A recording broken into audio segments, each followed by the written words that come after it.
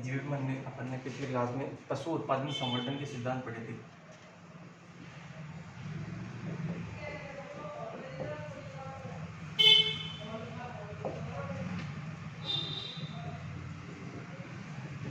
पशु उत्पादन संवर्धन के सिद्धांत, इसका मतलब क्या है? पशु उत्पादन संवर्धन का मतलब होता है पशु के उत्पादन को और ज़्यादा बढ़ाना।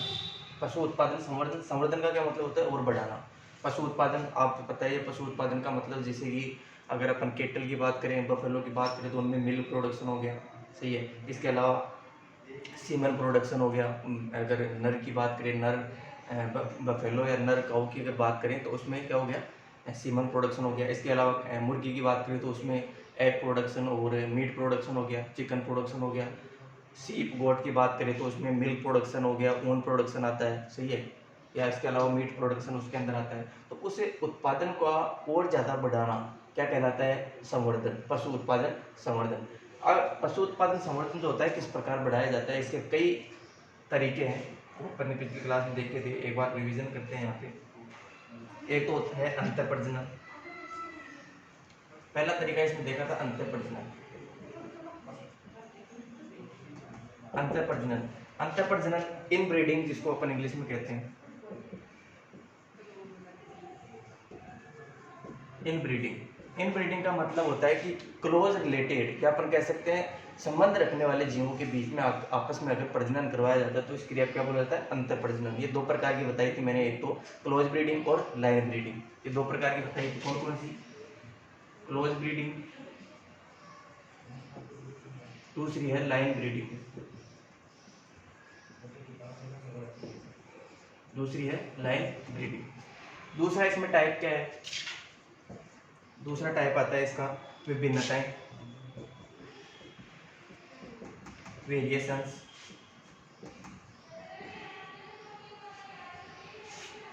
वेरिएशंस, विभिन्नताएं। विभिन्नताएं दो प्रकार की बताई थी, एक तो होती है फिनोटाइपिक वेरिएशन, एक होता है जीनोटाइपिक वेरिएशन। फिनोटाइपिक और जीनोटाइपिक, ऐसे लक्षण जो अपन को बाहर से देखने पर पता किए जा सकते हैं, ऐसे लक्षणों को फिनोटाइपिक ट्रेट कहा जाता है, लक्षणात्मक प्रारूप कहा जाता है, सही है। जीनोटाइपिक किसे कहा जाता है? जो जीन से संबंधित होने वाले लक्षण या जीन के जो प्रकार होते हैं उनको जीनोटाइपिक लक्षण कहा जाता है, सही है। उनको क्या कहा जाता है? जीनोटाइपिक लक्षण या जीन प्रारूप इसको कह सकते हैं। तो ये इसके बारे में भी अपन ने देखा था। विभिन्नताएं अगर होगी तो जाहिर सी बात है उसके अंदर जो संतति उत्पन्न होती है उसके अंदर विभिन्नताएं होगी, अपने माता पिता से अलग कुछ उसके अंदर अलग विभिन्नताएं होगी, तो वो जाहिर सी बात की उत्पादन उसका ज़्यादा हो सकता है। तीसरा इसके अंदर देखा था हेरिटेबिलिटी। हेरिटेबिलिटी, हेरिटेबिलिटी किसे कहते हैं? फिनोटाइप और जीनोटाइप का जो रेशियो होता है उसे क्या कहा जाता है? फिनोटाइपिक, सॉरी हेरिटेबिलिटी, फिनोटाइपिक और जीनोटाइपिक रेशियो। फिनोटाइपिक यानी लक्षण प्रारूप बटा जीन प्रारूप, इनका जो अनुपात होता है उसको क्या कहा जाता है? हेरिटेबिलिटी। हेरिटेबिलिटी का अध्ययन क्यों किया जाता है? हेरिटेबिलिटी का मतलब होता है कि उसमें ये पता किया जाता है, हेरिटेबिलिटी से ये पता किया जा सकता है कि कौन से लक्षण जो होते हैं वो संतति में जाएंगे और कौन से लक्षण संतति में नहीं जाएंगे। तो हेरिटेबिलिटी के आधार पर अपन ये पता कर सकते हैं। अगला इसका टाइप क्या था? संकरण। पांचवा टाइप था चयन। चयन करने के बाद नर और मादा का चयन किया जाता है। जो अपन वांछित लक्षणों के नर और मादा का चयन करने के बाद उनमें संकरण करवाया जाता है। संकरण के बाद में संतति प्राप्त की जाती है। संकरण में मैंने आपको यहाँ पे बताया था संकर ओज। संकर ओज, ओज का मतलब क्या होता है? ओज का मतलब होता है श्रेष्ठ। ओज का क्या मतलब होता है? श्रेष्ठ। तो संकर ओज का मतलब होता है, संकर मतलब दो अलग अलग प्रजातियों से बनी संतति क्या कहलाती है? संकर। दो अलग अलग प्रजातियों से बनी संतति क्या कहलाती है? संकर कहलाती है। जैसे कि अपन बात करें देसी गाय का क्रॉस अपन होलिस्टन फिशर से, एचएफ से करवाएं या जर्सी गाय से करवाएं तो उनसे जो संतति प्राप्त होती है उसको अपन क्रॉस ब्रीड कहा जाता है, संकर पशु उसको कह सकते हैं, सही है। तो इस प्रकार संकर वह जीव है जो अलग अलग प्रजातियों, अलग अलग स्पीसीज, जैसे कि अलग अलग नस्ल के बीज अगर क्रॉस करवा के जो संतति प्राप्त की जाती है उसे कहते हैं संकर। ओज का मतलब होता है श्रेष्ठ, मतलब अपने माता पिता से श्रेष्ठ संतति, अपने माता पिता से श्रेष्ठ संतति क्या कहलाती है? संकर ओज। मतलब श्रेष्ठता के जो गुण होता है, अपने माता पिता से श्रेष्ठता का जो गुण होता है किसी संतति के अंदर, उस लक्षण को संकर ओज कहा जाता है। चयन आपको पता ही है, वांछित लक्षणों के नर और मादा का चयन करना, उसके बाद में उसको उनमें प्रजनन करवाया जाता है जिससे कि अच्छी संतति प्राप्त हो सके। कलिंग, कलिंग क्या हो गया? छटनी इसको बोल सकते हैं या निष्कासन बोल सकते हैं। इसका क्या मतलब होता है निष्कासन का? अवांछनीय पशु, एक हर्ड के अंदर, एक पशुशाला के अंदर अवांछनीय पशु जो अपने किसी काम के नहीं है, प्रोडक्शन के हिसाब से किसी काम के नहीं है, प्रोडक्शन बहुत ही कम कर रहे हैं, उससे ज़्यादा उसको खाना पीने में ज़्यादा खर्च आ रहा है, प्रोडक्शन कम कर रहा है, ऐसे पशु को उस हर्ड से या उस पशुशाला से बाहर निष्कासित कर दिया जाता है। किसके लिए? प्रोडक्शन बढ़ाने के लिए। सातवां टाइप क्या हो गया? अनुमानित प्रजनन मूल्य।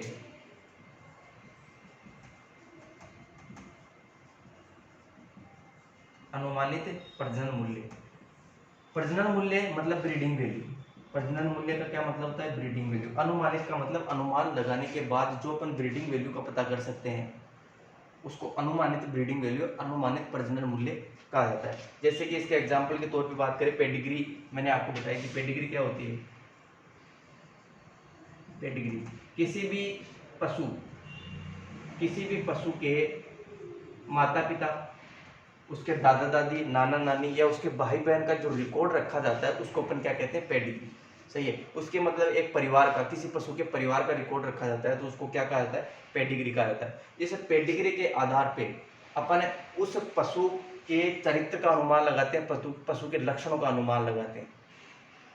उस पेडिग्री के आधार पे, उसके माता पिता के आधार पे, उसके भाई बहन के आधार पे, या उसके दादा दादी या नाना नानी के आधार पे अपन उनके लक्षणों के आधार पे इस पशु के लक्षणों का पता लगाते हैं। इसको क्या कहा जाता है? अनुमानित प्रजनन मूल्य। क्या कहा जाता है उसको? अनुमानित प्रजनन मूल्य। तो इसके आधार पर भी अपन पशु का चयन करते हैं। इसके आधार पर, अनुमानित प्रजनन मूल्य के आधार पर संतति प्राप्त करने के लिए क्या करते हैं? उसका चयन करते हैं। अब वो एक होता है वास्तविक प्रजनन मूल्य, मतलब वास्तविक ब्रीडिंग वैल्यू। वास्तविक ब्रीडिंग वैल्यू किसे कहा जाता है? वास्तविक ब्रीडिंग वैल्यू मतलब ये पशु, इसके बारे में अपन ने अनुमानित प्रजनन मूल्य पता कर लिया, अनुमानित ब्रीडिंग वैल्यू इसकी पता कर ली। इसके बाद में एक पशु और है, दूसरा, ये नर मान लेते हैं इसको, ये मादा, एक मादा पशु और है जिसका भी अपन ने अनुमानित ब्रीडिंग वैल्यू अपन ने पता कर ली। इस मादा पशु का भी अनुमानित ब्रीडिंग वैल्यू पता कर ली। दोनों की अच्छी ब्रीडिंग वैल्यू अपन को महसूस हो रही है, अनुमान, अपन अच्छी ब्रीडिंग वैल्यू का अनुमान लगाए कि इनकी ब्रीडिंग वैल्यू जो है वो अच्छी है। अब इन दोनों के आपस में क्रॉस करवाया जाता है। सही है। क्रॉस करवाने के बाद में जो संतति प्राप्त होती है, इस संतति में कौन कौन से लक्षण प्रदर्शित हो रहे हैं, इन संतति के लक्षणों के आधार पर फिर से वापस इस नर और मादा के प्रजनन मूल्य, ब्रीडिंग वैल्यू का पता लगाया जाता है। इसके आधार पर इस संतति, जो नर और मादा जो अपन ने अनुमानित पर ब्रीडिंग वैल्यू से जो नर और मादा का सिलेक्शन किया है उनका क्रॉस करवाया जाता है, उनसे जो संतति प्राप्त होती है उस संतति के आधार पर इस नर और मादा का फिर से ब्रीडिंग वैल्यू पता की जाती है। इस संतति के लक्षणों के आधार पर इस ब्रीडिंग वैल्यू को क्या कहा जाता है? वास्तविक ब्रीडिंग वैल्यू। इस ब्रीडिंग वैल्यू को वास्तविक प्रजनन मूल्य कहा जाता है। और वास्तविक प्रजनन वैल्यू और अनुमानित प्रजनन मूल्य, इनका दोनों का अगर अपन तुलना करें तो उस तुलना के बाद में जो रिजल्ट आता है उसको एक्यूरेसी कहा जाता है, वास्तविकता। एक्यूरेसी, एग्जाम में इसकी डेफिनेशन आती है एक्यूरेसी की, वास्तविकता की। कि वास्तविकता क्या होती है? प्रजनन मूल्य होता है, इसकी भी डेफिनेशन कई बार आ चुकी है। प्रजनन मूल्य का मतलब क्या होता है कि कोई भी कोई भी नर या मादा अपने लक्षणों को कितने ज़्यादा संतति के अंदर ट्रांसफर कर सकता है, स्थानांतरित कर सकता है, इस गुण को प्रजनन मूल्य कहा जाता है। सही है। इसके अलावा एक और था, 8वां, प्रतिस्थापन दर। प्रतिस्थापन दर, प्रतिस्थापन दर क्या होती है? प्रतिस्थापन दर का मतलब होता है यहाँ पे कलिंग करने के बाद इनके स्थान पर दूसरे पशुओं को लाया जाता है। किसी भी पशुशाला में या खर्ड के अंदर कलिंग, कुछ पशु ऐसे होते हैं जो नकारा होते हैं, किसी काम के नहीं होते, ना तो प्रोडक्शन कर रहे हैं। सही है। ऐसे पशुओं को बाहर निकालना ही आवश्यक होता है। सही है। तो कलिंग होती है, कलिंग का मतलब होता है कि अवांछनीय पशुओं को बाहर निकालना। अब कलिंग से जो पशु बाहर निकाले गए हैं उनके स्थान पर नए पशु लाए जाते हैं, अच्छे नस्ल के, अच्छे ज़्यादा प्रोडक्शन देने वाले नए पशु लाए जाते हैं। तो अवांछनीय पशुओं को बाहर निकालना और अच्छे उनके स्थान पर अच्छे पशुओं को लेके आना क्या कहलाता है? प्रतिस्थापन दर। क्या कहलाता है? प्रतिस्थापन दर। तो ये 8 प्रकार के टाइप हैं जो पशु उत्पादन संवर्धन में आवश्यक होते हैं, पशुओं के उत्पादन को बढ़ाने में आवश्यक होते हैं।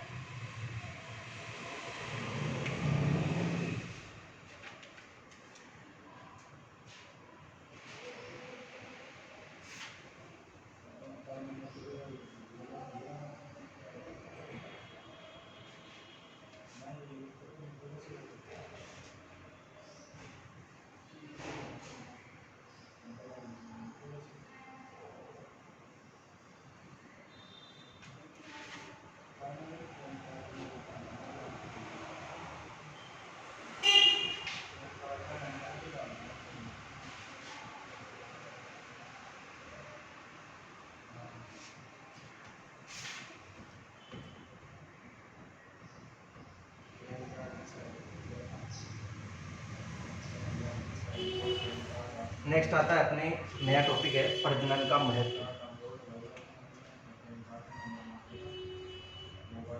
प्रजनन का महत्व। प्रजनन क्या होता है? प्रजनन क्या होता है? पहले तो ये बताओ प्रजनन क्या होता है? वांछित लक्षण वाले चयन किए गए नर और मादा का संकरण करवाना क्या कहलाता है? प्रजनन। ऐसे नहीं कि हर किसी का प्रजनन तो कुछ भी हो सकता है, जैसे कि अवांछनीय पशुओं के बीच में भी प्रजनन होता है, लेकिन अपन बात करते हैं वो प्रजनन जो अपन को आवश्यक होता है। सही है। वो कौन सा प्रजनन है? जैसे कि इसके अगर डेफिनेशन की बात करें तो वांछित लक्षण के नर और मादा का, वांछित लक्षण की बात कर रहा हूँ मैं। वांछित लक्षण वो लक्षण जो अपने लिए ज़्यादा फायदेमंद है, अपने लिए आवश्यक है, ऐसे लक्षण, उन लक्षणों के नर और मादा का संकरण करवाना या क्रॉस करवाना क्या कहलाता है? प्रजनन। अब प्रजनन का महत्व आप लोगों को पता चल गया होगा कि प्रजनन का महत्व क्या होता है। प्रजनन का महत्व है अच्छी संतति प्राप्त करना। प्रजनन का महत्व क्या है? एक अच्छी संतति प्राप्त करना। ये अपन कह सकते हैं प्रजनन का कि किसी भी जीनीय प्ररूप को एक पीढ़ी से, या कि अपन कह सकते हैं कि किसी जीन को एक पीढ़ी से दूसरी पीढ़ी में स्थानांतरित करने के लिए प्रजनन की आवश्यकता होती है। सही है। प्रजनन का मतलब यही नहीं होता कि उसमें अपन ज़्यादा से ज़्यादा पशुओं का निर्माण कर सके या पशुओं को उत्पन्न कर सके, ज़्यादा से ज़्यादा पशुओं को उत्पन्न कर सके, केवल यही नहीं होता। इसका मुख्य उद्देश्य क्या होता है प्रजनन का? अधिक ज़्यादा प्रोडक्शन करने वाली, अधिक ज़्यादा उत्पादन देने वाली संतति को उत्पन्न करना। सही है। अधिक ज़्यादा उत्पादन देने वाली संतति को उत्पन्न करना प्रजनन का मुख्य महत्व है। नस्ल सुधार में इसकी आवश्यकता पड़ती है। अब प्रजनन कार्यक्रम जो होते हैं वो 4 प्रकार से अपन देखते हैं। प्रजनन कार्यक्रम 4 प्रकार से देखते हैं।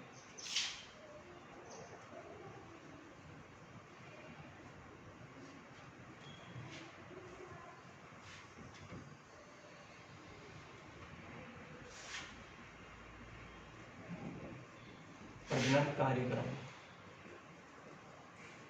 इसके 4 पहलू होते हैं प्रजनन कार्यक्रम के। सबसे पहला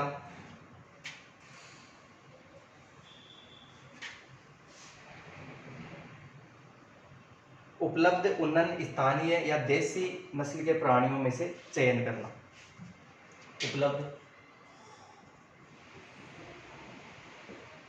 उपलब्ध देसी या स्थानीय,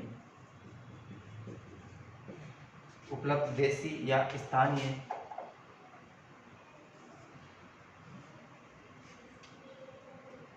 नस्ल के प्राणियों में चयन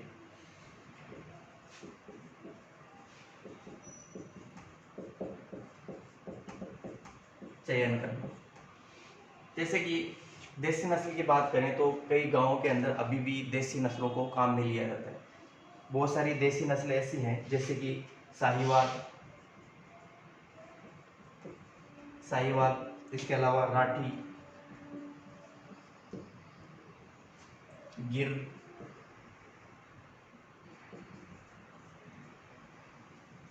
सिंधी, और थारपारकर।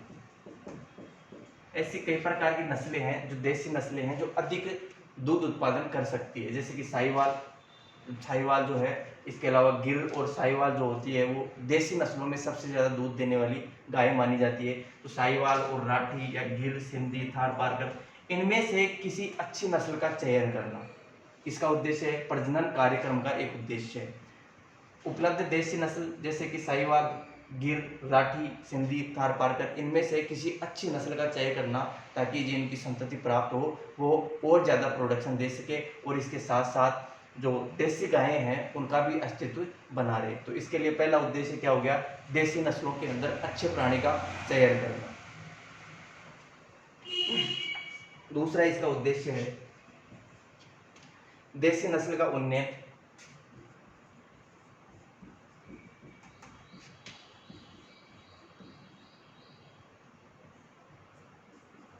देसी नस्ल का उन्नयन, उन्नयन का मतलब क्या होता है, अपग्रेडिंग। उन्नयन का मतलब होता है अपग्रेडिंग।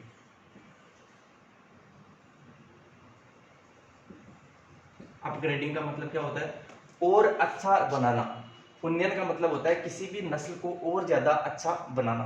अब इसका उद्देश्य क्या है, जैसे कि अपन ने यहाँ पे चयन किया, अच्छी नस्ल का चयन किया, सही है। अच्छी नस्ल का चयन करने के बाद किसी भी देसी नस्ल को उससे क्रॉस करवाया जाता है। जो अपन ने चयन किया है, किसी देसी नस्ल का चयन किया है जो अच्छे प्रकार से क्या कर सकती है, दूध उत्पादन कर सकती है या प्रोडक्शन अच्छा दे सकती है, उन्हें गायों का देसी नस्ल की किसी अन्य गाय के साथ क्या करवाया जाता है, क्रॉस करवाया जाता है। तो जो संतति प्राप्त होगी वो उस गाय से तो अच्छी ही प्राप्त होगी। तो इसका मतलब क्या है कि देसी नस्ल का उन्नयन किया गया है, मतलब देसी नस्लों को और ज्यादा अच्छा बनाया गया है। इसके अंदर विदेशी गायों को भी काम में लिया जा सकता है। विदेशी नर का सीमन भी काम में लिया जा सकता है, काम में लिया जा सकता है, लेकिन एक लिमिट तक लिया जा सकता है, लेकिन एक लिमिट तक ही होना चाहिए। क्योंकि ज़्यादा से ज़्यादा अपन विदेशी नस्ल का अगर सीमन यूज करेंगे तो ज़्यादा जो संतति प्राप्त होगी उसमें उतने ही ज़्यादा आगे से आगे जो विदेशी गायों के लक्षण है वो प्रकट होते जाएंगे और देसी नस्ल के गायों के लक्षण जो होता है वो धीरे धीरे कम होते जाएंगे। तो देसी नस्ल का उन्नयन करने के लिए या तो अपन किसी अच्छी देसी नस्ल के सांड से उसको क्रॉस करवा सकते हैं, या अपन इसके लिए विदेशी नस्ल का कोई अच्छा नर के सीमन का प्रयोग कर सकते हैं। लेकिन ये जो विदेशी नर का सीमन अपन यूज कर रहे हैं वो एक लिमिट तक ही होना चाहिए। अगर ज़्यादा करेंगे तो जाहिर सी बात है विदेशी लक्षण उसके अंदर आते जाएंगे और देसी लक्षण घटते जाएंगे। तीसरा इसका टाइप हो गया, तीसरा उद्देश्य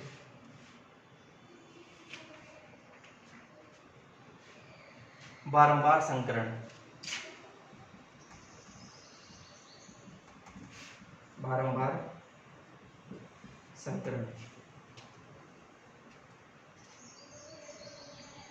बारंबार संकरण इसको इंग्लिश में कह सकते हैं रोटेशनल क्रॉस ब्रीडिंग।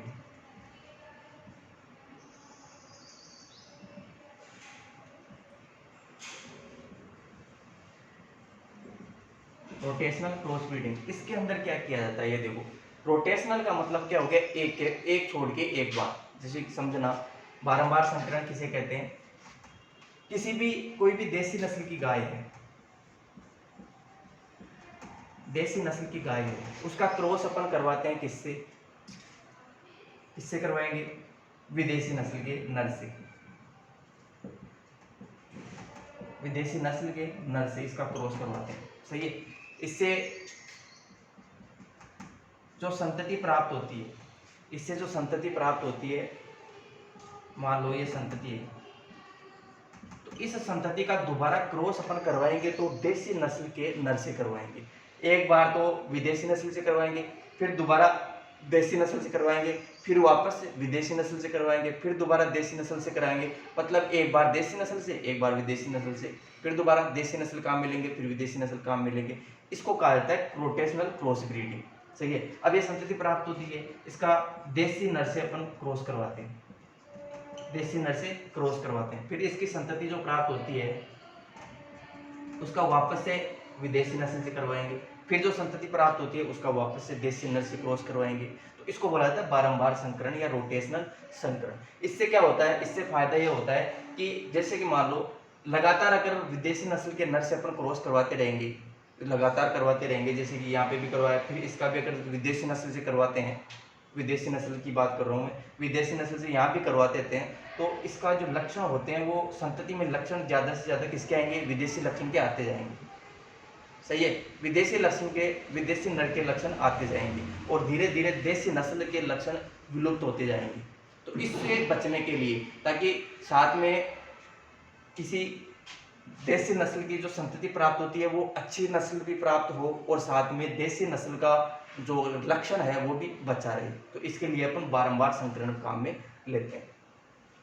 इसका एक रूल है कि जो संतति प्राप्त होती है उसके अंदर, संतति प्राप्त होती है उसके अंदर 62.5% से ज्यादा, 62.5% से ज्यादा विदेशी लक्षण नहीं होना चाहिए। किसी भी नस्ल में 62.5% से ज्यादा विदेशी लक्षण नहीं होना चाहिए, विदेशी लक्षण नहीं होना चाहिए, ये आपको ध्यान रखना है। पहले इसकी संख्या का मान 75 था, बाद में घटाकर इसको 62.5 कर दिया गया है। सही है, तो ये हो गया बारंबार संकरण।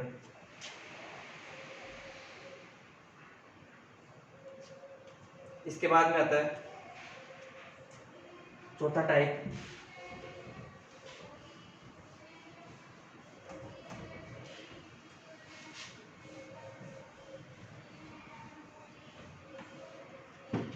संकरण द्वारा नई नस्ल का निर्माण। चौथा इसका कदम है संकरण द्वारा नई नस्ल का निर्माण। संकरण द्वारा नई नस्ल का निर्माण कर, जैसे कि अपन ने बारंबार संकरण करवाया, या अपन कह सकते हैं देसी नस्ल का उन्नयन करने के लिए विदेशी नर के सीमन से उसका क्रॉस करवाया, तो बाद में संतति प्राप्त होती है, वो संकरण संतति कहलाती है। संकरण के द्वारा नई संतति का निर्माण किया जाता है। जैसे कि एक तरफ अपन देसी गाय लेते हैं, दूसरी तरफ विदेशी सांड लेते हैं, या इसके अलावा दूसरी कोई नस्ल काम में ले सकते हैं। यहाँ पे मैंने आपको बताया था साहिवाल का क्रॉस अगर किससे करवा सकते हैं, गिर से करवाते हैं, गिर का थार पारकर से करवा सकते हैं। ऐसे जो संतति प्राप्त होती है उसको बोला जाता है संकर संतति। तो ऐसे संकरण के द्वारा नई नस्ल तैयार की जाती है। अब प्रजनन की जो ये तकनीक बताई है, इनके क्या क्या फायदे हैं, देखो सबसे पहले तो पशु का उत्पादन बढ़ता है, इससे पशु का उत्पादन क्या होता है, बढ़ता है। उन्नत नस्ल के प्राणी उत्पन्न होते हैं। इसके अलावा पशुओं में वृद्धि दर ज़्यादा होती है, मतलब जल्दी से वो परिपक्व होते हैं और ज़्यादा मतलब जो भी खराब प्रकार का प्रोटीन या खराब प्रकार का पोषक तत्व होते हैं उनको अच्छे प्रकार में बदलने की इनकी क्षमता होती है। परिपक्वता जल्दी आती है, यानी कि जल्दी से वो हीट में आ जाती है और ऐसी कोई दिक्कत नहीं होती। एनी स्ट्रेस की परेशानियां कम होती है इसके अंदर। जन्म के समय उनका शारीरिक भार अधिक होता है, जन्म के समय उनका जो शरीर का भार होता है वो अधिक होता है।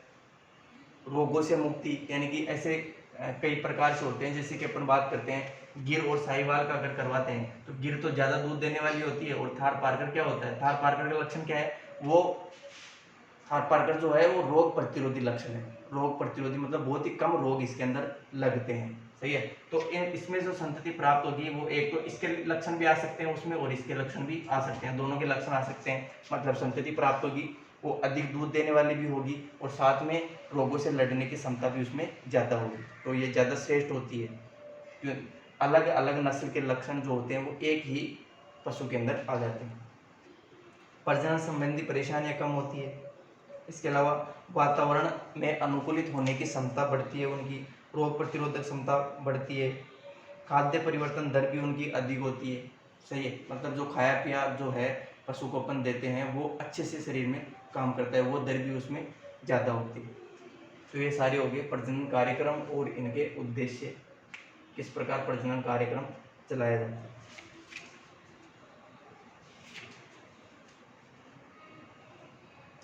अब प्रजनन कार्यक्रम की कुछ पॉइंट्स जो हैं वो प्रजनन कार्यक्रम में आवश्यक होते हैं, उनको ध्यान रखना।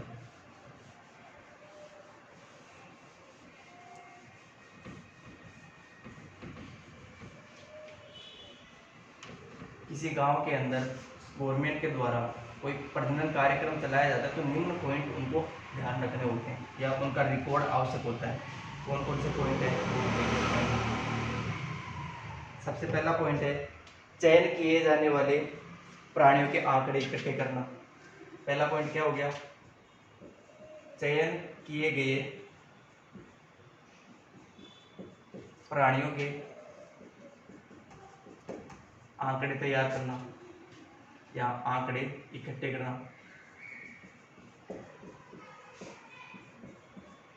इकट्ठे करना सही है।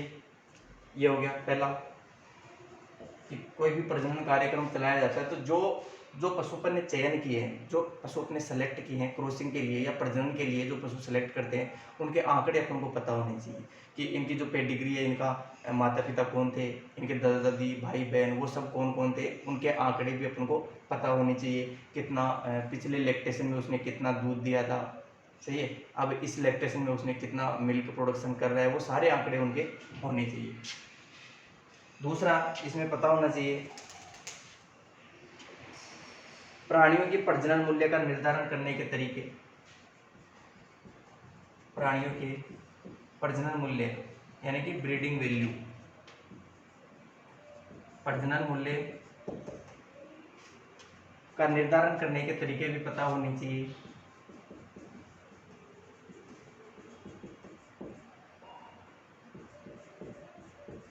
निर्धारण करने के तरीके, क्योंकि अगर ये तरीके अगर पता नहीं होंगे, प्रजनन मूल्य का पता नहीं चल पाएगा तो अपन उसका चयन ही नहीं कर सकते। अच्छे प्राणी का चयन कैसे करेंगे? ब्रीडिंग वैल्यू के आधार पर करते हैं और ब्रीडिंग वैल्यू निकालने के तरीके भी पता होने चाहिए।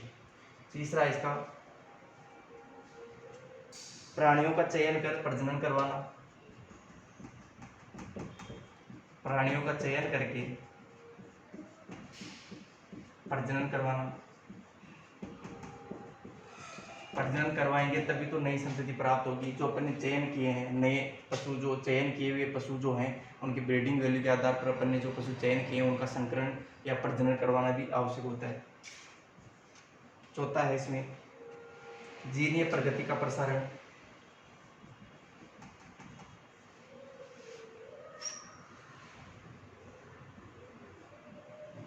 जीनीय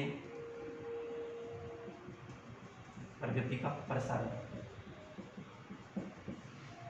जीनीय प्रगति का प्रसारण का मतलब होता है, जीनीय प्रगति मतलब जीनों का एक पीढ़ी से दूसरी पीढ़ी में स्थानांतरित करना। जैसे कि अपन ने अच्छी नस्ल तैयार की है, जो चयन किया है, अच्छी नस्ल के पशु चयन किए हैं, उनको आपस में उनके जीन, अपन चाहते हैं कि उनके जीन उनकी संतति में आए और उनकी संतति के फिर आगे नेक्स्ट पीढ़ी उत्पन्न करे। तो ये क्या हो गया? जीन का ट्रांसफर हो गया। एक पीढ़ी से दूसरी पीढ़ी में जीन का ट्रांसफर हो रहा है, स्थानांतरण हो रहा है। या अपन कह सकते हैं कि जो अच्छे नस्ल का जो मेल है उसका सीमन जो होता है उसकी स्ट्रो बना के उसको गाँव में प्रोवाइड किया जाता है ताकि उनसे प्रजनन करवा सके और अच्छी संतति प्राप्त कर सके। तो इसको बोला जाता है जीनीय प्रगति, जीनों का एक पीढ़ी से दूसरी पीढ़ी में स्थानांतरित करना।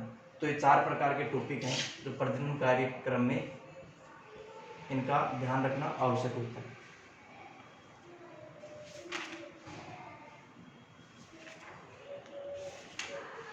ये आपका एजीबी कंप्लीट है। इसमें एक टॉपिक बचा है पशुधन विकास नीति व प्रजनन नीति। नया टॉपिक पशुधन विकास नीति व प्रजनन नीति। ये आपको खुद से पढ़ना है, इसमें ज़्यादा समझाने वाली कोई बात है नहीं, इसलिए एक बार इसकी आप रीडिंग मार लेना।